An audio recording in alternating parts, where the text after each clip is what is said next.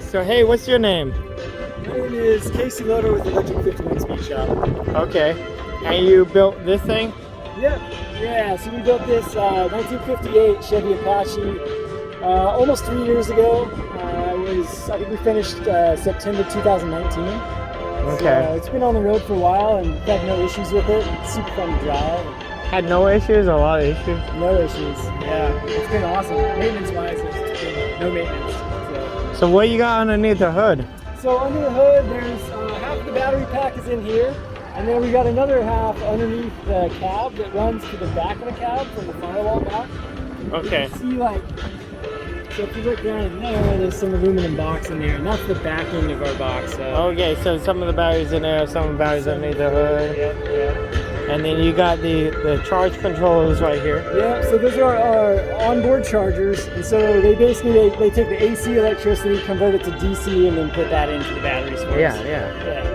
So. Yeah, the AC from the wall. Yep.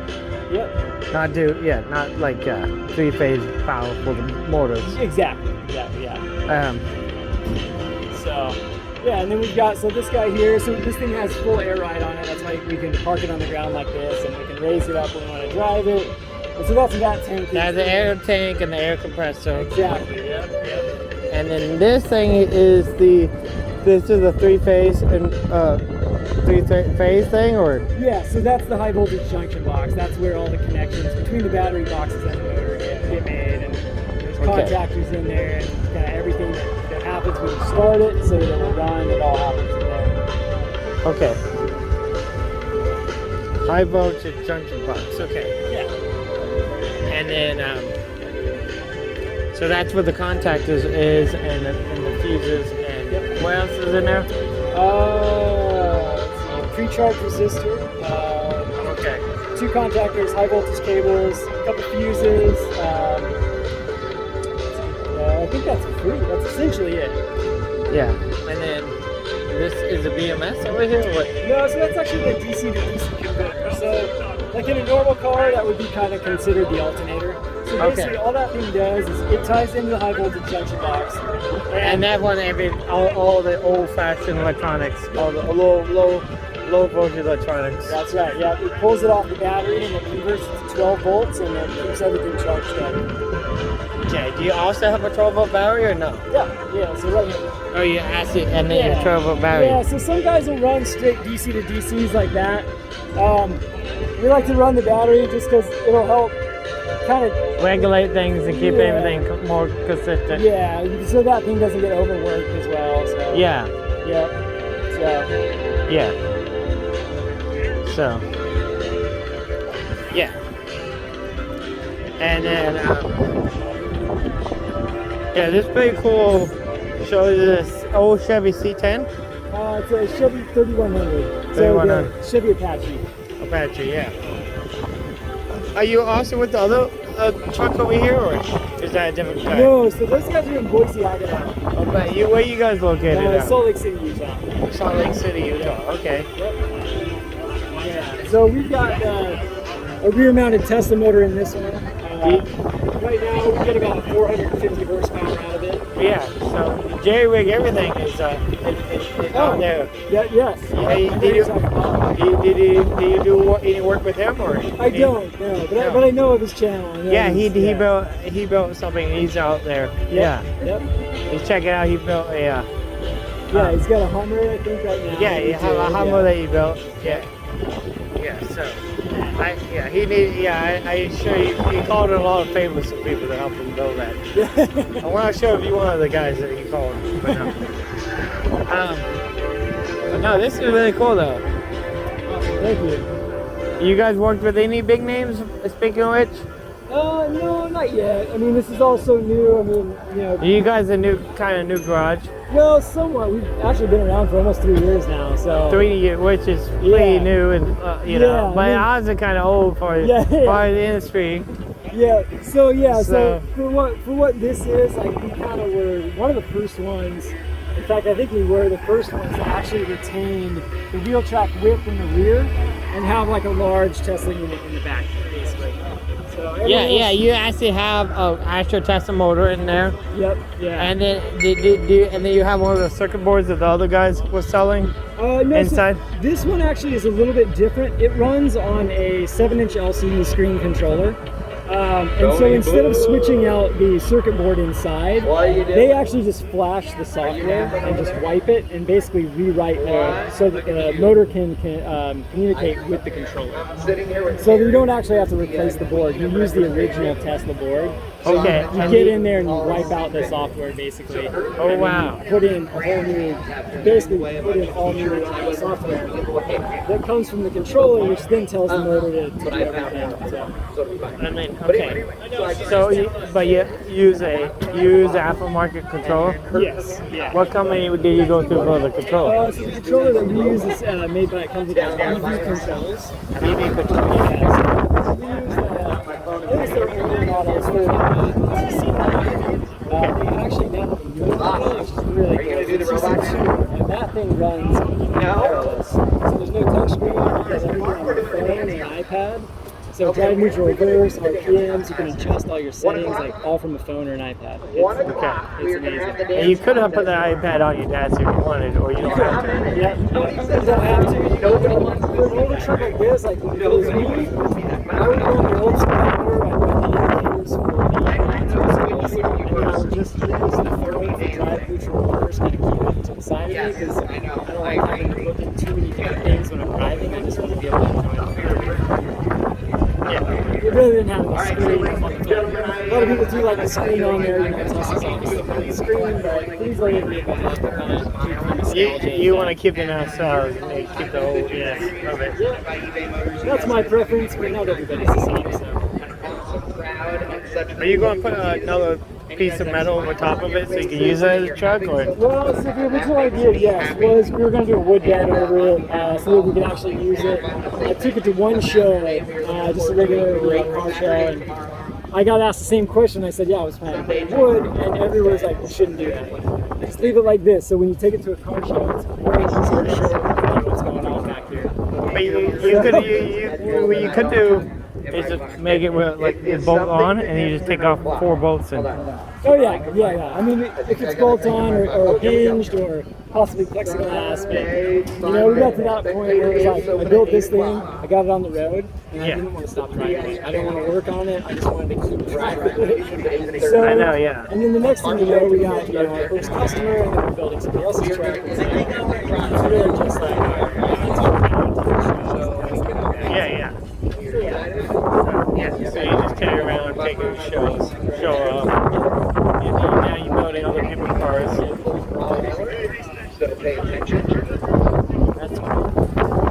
I mean, it's that's the dream, man. You know. You know. So how much not included the actual. I mean, I don't know. How much do you think it would cost to build something like this? Well, so we have like there's so many variables. It may vary. But to give you a rough idea, most of the equipment, if you're going to put a Tesla motor and Tesla battery in there, it's going to cost you like, let's just say, but it's going to cost basically $40,000 to $50,000 in equipment. $50,000 equipment. You can sometimes do it a little bit cheaper. And then if you hire somebody like you, that's another like. It's another basically 40 to 50 in labor, because it takes us a good 6 months of fabrication work to get everything in. But that's we're switching out the rear suspension. You know, usually we're doing stuff for front suspension. We repaint chassis and do all that stuff as well. Yeah. So you're talking $40,000 part, $4,000 labor, and then plus another probably $20,000 and more parts. Possibly. Depending on what you want in it, basically. You know, in customizations and parts, by that, you know. Yeah. So they get pricey, but at the same time, if you're going to go out and buy a Tesla, you're going to pay the same price. Because you're getting something that's custom. It's run off. You can't just go buy it. We'll announce those twice tomorrow. You saving a little bit of money, but not much. Yeah. So, and at the end of the day, the market's so new.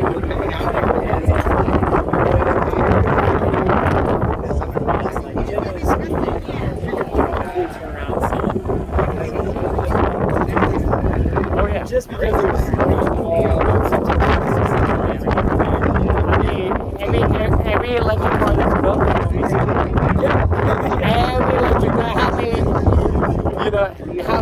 know, people always get mad as an argument. It's like, Tesla gonna sell more cars than Rivian. Rivian not gonna eat the breakfast. I'm like, no. Every single last EV that's built will be sold. And if it doesn't run on gas, it will be sold. You know, like, you know, because like people just don't want to buy gas no more. Yeah. And they don't rather pay twice as much for. They rather pay way more for a car that doesn't run on gas than a car that runs on gas. And even if they lose, even back in the day they would even pay more money than they rather pay. Yeah, they rather pay more than 10 years worth of gas to get rid of the gas. Well, yeah. You know, like, do you know you could have bought 10 years worth of gas for the price of that vehicle? I'm like, yeah, it doesn't matter. Yeah, I mean, you kind of have to look at it like that. We actually, in thinking about the cost of the batteries that go into this and stuff, like, just a really loose calculation, if you're getting 20 miles to the gallon and you buy, like in a gas car, right? Yeah. If you were to buy batteries for a vehicle like this, you're basically pre-purchasing 100,000 miles worth of gas. If that makes sense. Yeah. So that's kind of one way to look at it. It's yeah, because this is going to run for 100,000 miles. yeah, and it would take a 20 bucks, 20 miles per gallon at the cost of gas today. It would cost you roughly the same amount of money to buy a pack of batteries to run one of these as it would to just basically to drive a gas car for 100,000 miles at today's gas prices. Yeah. So it's the same as, you're basically pre-purchasing something that you're planning on driving for 100,000 miles. And if you don't drive it for 100,000 miles, that's fine because you can always sell it and get part of that money back, and you're probably going to come out even. But yeah, it's almost like pre-purchasing gas in a way, which is hard. It's hard to justify, but yeah, I don't know. You just kind of have to look at it all different ways. But that vehicle is still a nicer vehicle to drive than a gas one. Yeah, I think so. I mean, they're limited in range and things like that, but at the same time, they're also coming out with some quick chargers and quick charging stations. It's making it doable actually cross country. These things. So. Yeah. $10 t-shirts are still going on. So that's cool. I think I could get chicks on that. So $10. Well, what would be really awesome is you find a solar panel that fits exactly the truck bed, and just put a solar panel back there. Yeah, and we thought about doing that. It doesn't power much, but you could run some stuff off. But you could power some stuff of it, just if nothing else, just for the looks. Yeah. All of the t-shirts are on sale. Yep. Because you probably can buy like a 400-watt solar panel and just stick right in there. Yep. Oh yeah, it would fit almost perfectly. Yeah. Yep. It just for the kicks and giggles. Oh yeah. It's solar panel, man. Yeah. We pay for $5 a day, but who cares? I should probably just put that in as the truck bed. Like rather than wood, I'll just put panel. Yeah, that's It's a little fragile, but yeah. It'd be a little fun, but it'd be like, It'd be, yeah, instead of having a wood panel deck, have a solar panel deck. Yep. I mean, you can get used panel for like $50. Yeah, seriously. It's amazing how cheap you can find these things. Yeah, you can get just a used panel, put a deck in, Yep. and then, but get to the, would a DC to DC back charge? Ooh, that's a good question. I don't know. I'm not If sure you how hook if you hook the solar panel to the DC to DC charger, would it backfeed the battery bank? No, I don't think so. You probably just want to run it straight to the battery, most likely. Yeah, you probably have to have like a, yeah. The little mini inverters for the panels and all that stuff. But Yeah. yeah, there's definitely some fun stuff you could do. You can mess around with all sorts of things like that. It'd be still fun though, like Oh yeah. have a solar panel Yeah. deck, or put a solar panel over the whole deck, and have it popped up, and Oh yeah, hinged. Yeah, that would be cool. have it hinge up, and it's like, Yep. You ever want to soup it up? Yeah. Sport? I know, dude. It would probably help. It probably help with aerodynamics if it had a solar panel. So yeah.